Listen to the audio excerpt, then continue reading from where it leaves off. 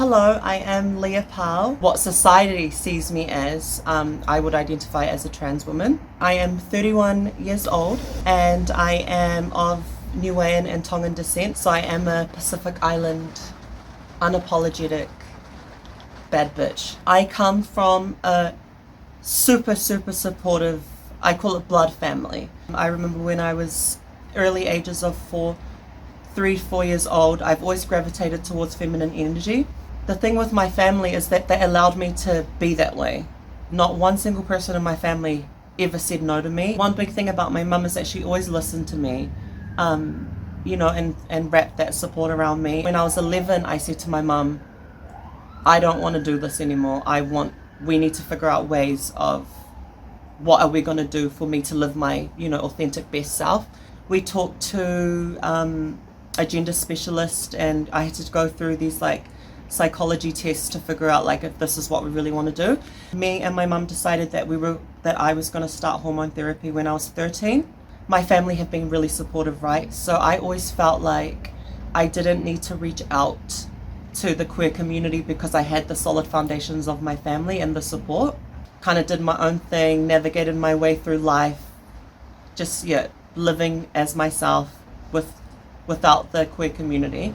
Then when I was 27, I decided I started to see in that year the Vogue community and stuff. I used to see them on social media and things, and I used to be like, fuck, that actually would be really cool to be part of. And obviously I knew that all those people shared the same, or especially the trans women, they shared the same lived experience. I had a yearning, or something inside of me was like, okay, I feel like it's time to connect. And so I reached out to someone that's very predominant, or that's very well known in the community. Her name is JC Tanavasa.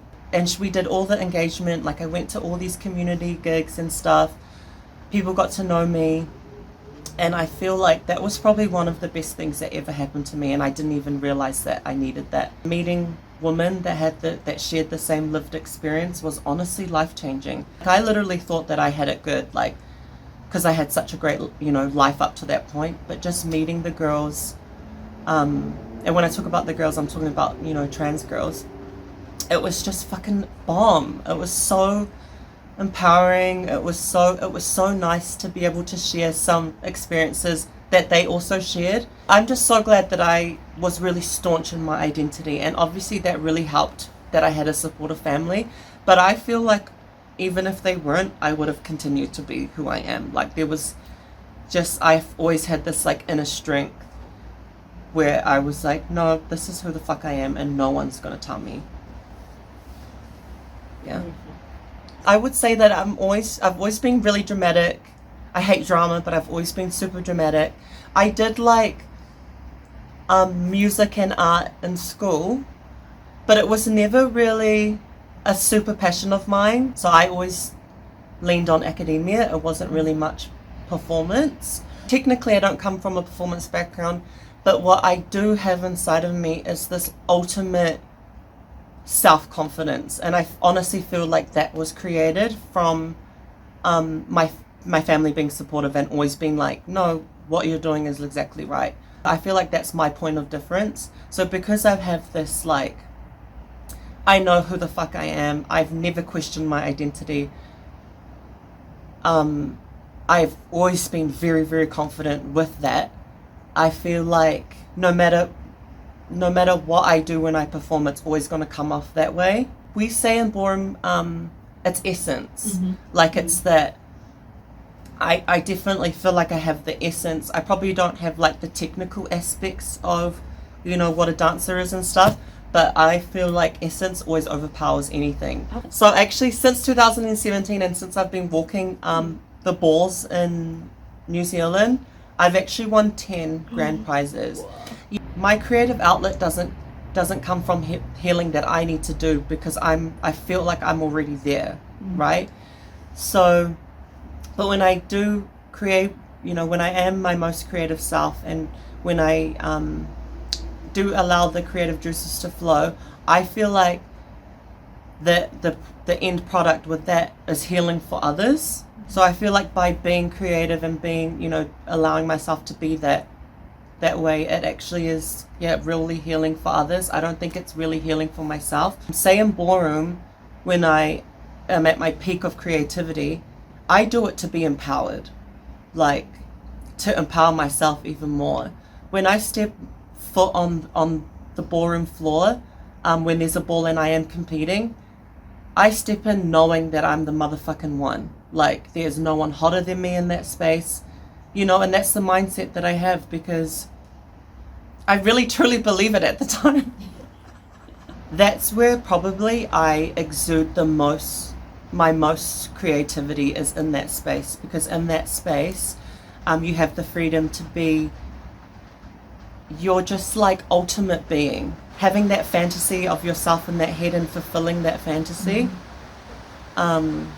is probably my most creative. But I feel like I'm creative in everyday life. Like the way that I walk down the street, I don't want to walk like some boring Karen. I want to walk like I'm the main character of my fantasy movie. Do you think you use your creativity like on a daily basis? Absolutely. I think being trans, I feel like you just have a creative mindset every single day. I'm not creative in the artist type sense. How I see myself is I'm not the artist, I'm always the muse.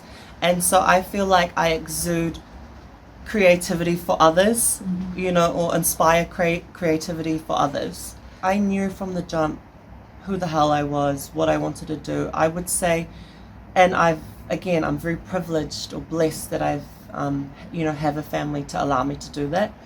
But my advice would be, if you feel like, if you're having these feelings of like who you are and who you want to be, and the people around you, say your birth family, aren't giving that, aren't allowing you to be that, honestly, it's super hard, but connect with people that allow you to be that way. Or, even from when you're young, whether it be like friends, teachers, just find people that see you for you, because those are the people that are really going to help you, tap into yourself. Don't fucking let anyone determine who the hell you are. You don't want to be living your life feeling like you can't be who you are. Like, identity is fucking everything. That's literally who you are.